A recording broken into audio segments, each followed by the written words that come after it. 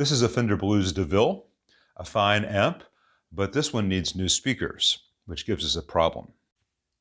In order to change the speakers, we have to remove the chassis, and this gives people fits, and I'll show you the problem and how to sidestep that problem and get the chassis out without damaging the cabinet, the chassis, or hopefully the foil inside the cabinet. I've got the bottom panel off, that was easy, and I have all the screws loose on the rear top panel. Let me show you the trick to pulling that out so you don't break the panel because it gets squeezed in on the sides. These screws on the left and right side pull the metal chassis into the side of the cabinet, and it pulls the two pieces of wood on the sides towards the center, which puts a lot of pressure on this panel. So if you back off these side panel screws about that much, and I did the other side as well, then there's no pressure holding this in place. This will come right off. Put that to the side. Now, if I wanted to remove the chassis at this point, it would be still be pressed into the wood because this chassis has little metal flanges. And over time, they draw into the wood on both sides. And if you try to remove it without doing that, without undoing that tab pressure, you're going to tear up this foil. This foil has been torn up in the past from someone pulling the chassis who did not know this trick. And it can be really difficult to get the chassis in and out without doing this. So the trick is once you have this screw out just enough, give it a firm but not too hard tap on each side. Maybe 2 taps like that. And that will just slightly bend those tabs on the inside of the chassis away from the wood. At that point, with the amp blade on its back, I can loosen these screws up top. There are 2. Need to adjust the torque. Let's go to number 4 on this. This is a Ryobi.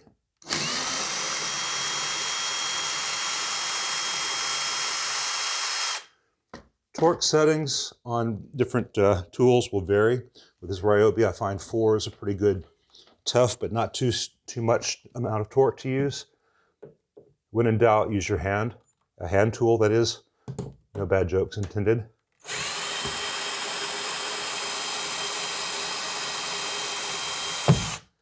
Good. And there goes the chassis. It has just fallen loose. Okay, once you have these backed out and the front of the chassis is dropped down, then it's time to remove these side screws.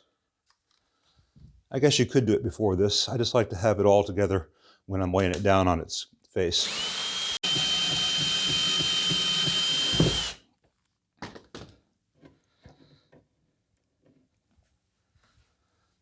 All right, things I forgot to mention. I had disconnected the speaker cable before I did this, and there's a little tab on the side that holds the reverb cable to the side of the chassis. I had to remove the screw for that. So now, with the side screws loose, the top screws loose, we should be able to just lift this right up without any damage. And then, because the little tab on the reverb tank had been disconnected, we've got the slack to do this. If this is your first rodeo, please do remove the 6L6s first, because they're very easy to shatter. But now, I can access the speakers to change those out, and there's been no damage to the chassis or the cabinet. Those are those little tabs that hitting the screws with a hammer kind of push back because they'll impress themselves into the wood otherwise. All right, so let me take the reverb tank out so I can have the chassis wholly separate, and then we'll do the speakers. All right, ready to change speakers. In this amp, they just have screws. They don't have nuts holding them in place, and the quick connects are pretty good. If this is your first time working on an amp like this or changing speakers, you can just, draw exactly what you have before you take it apart, take pictures, take notes, whatever you need to do. You have to put it back the way it was.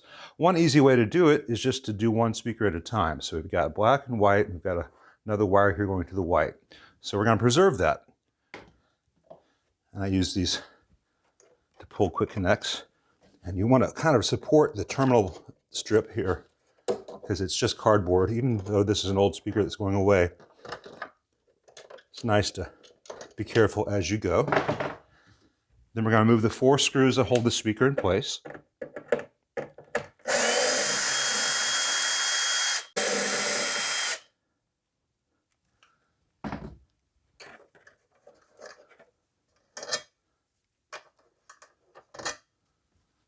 I put those to the side. Now, these speakers have a series parallel wiring, so I know that some of the speakers in this amp are dead because there's just no load given to the amp, but some of them might still be okay. So let me find my meter, wherever I left it, and confirm each speaker being open or not. The ones which are still measure 8 ohms, I'll put to the side. Maybe the owner can use them for something else. All right, here we go. This one still measures nothing. This speaker's really most sincerely dead. So into the trash pile it goes. That speaker is just an Eminence OEM model for Fender. It's not worth having it reconed or anything. So the replacements are going to be these G10Cs from WGS, warehouse guitar speakers, which are great sounding speakers. They're a bit heavier than the stock, which is kind of a drag because, you know, it does increase the weight, but at the same time, they're 75 watts each. Very unlikely to fail in this amp the way the old ones did. So you saw me use the power tool to get the screws out. I'm going to at least start the new screws by hand. You don't want to over tight any single one because then you can bend the frame. Just work your way around, crisscrossing, until it feels all of them are as tight as you can get them with your fingers. This is not the video for those who find entendres in everything. And then at the end of it, I like to give each one about a quarter turn with my wrist, which is just past finger tight. I'm going to do that for all 4 speakers. I'm not going to show the whole process, but then we're going to put the tabs back on the way they were before. So white on the right.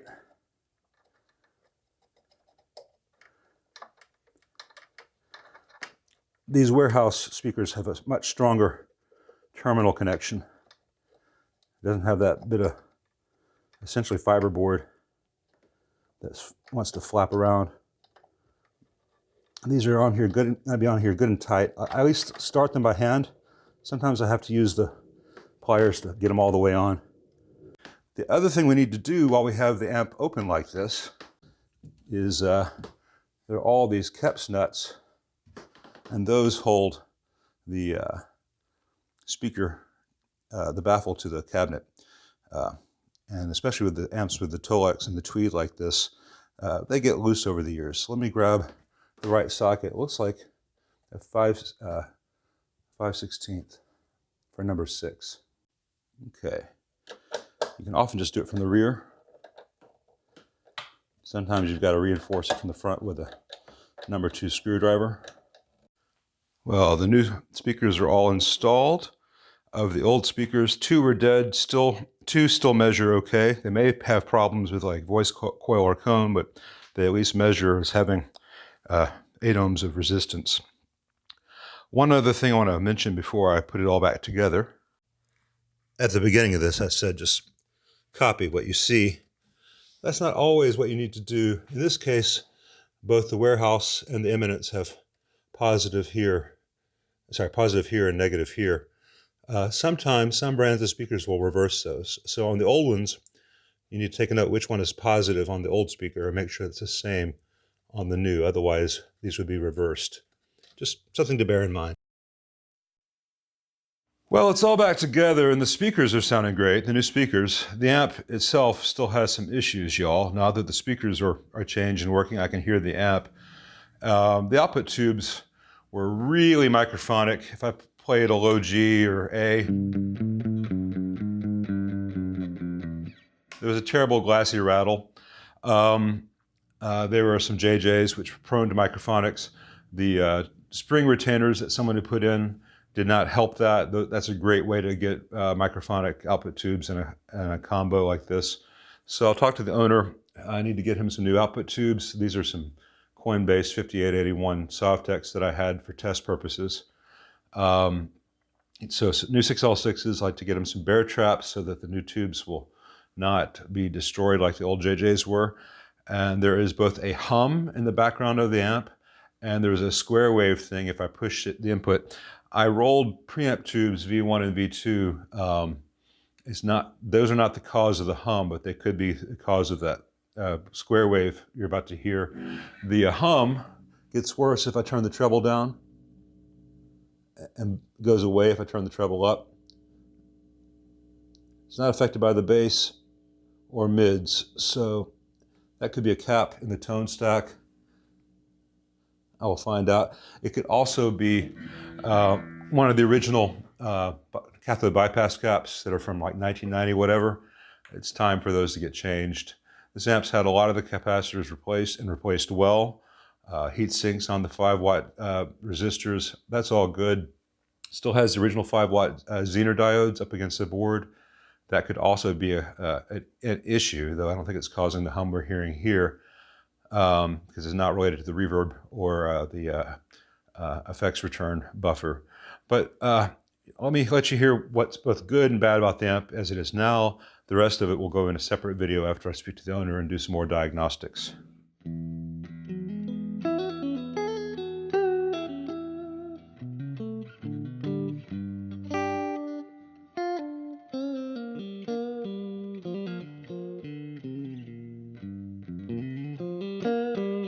So all that's great, right? But if I dig in,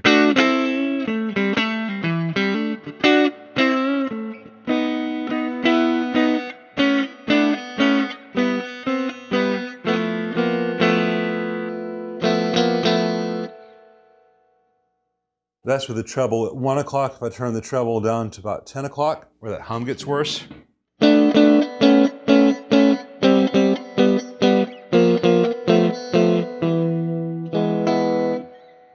There's some blocking distortion as a result of whatever's going wrong there. Don't want to speculate too much, but I suspect there's some DC where it ought not to be, and it's sewing off the cathode bias, probably of the next stage, because with the treble lower, if I push the amp at all, and the volume's at 3,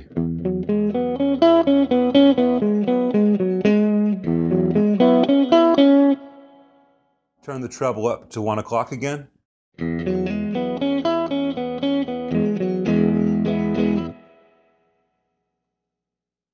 And there you can just hear that it's just in the background. So this amp is not healthy, but the new speakers are sounding good, and I will get the amp healthy.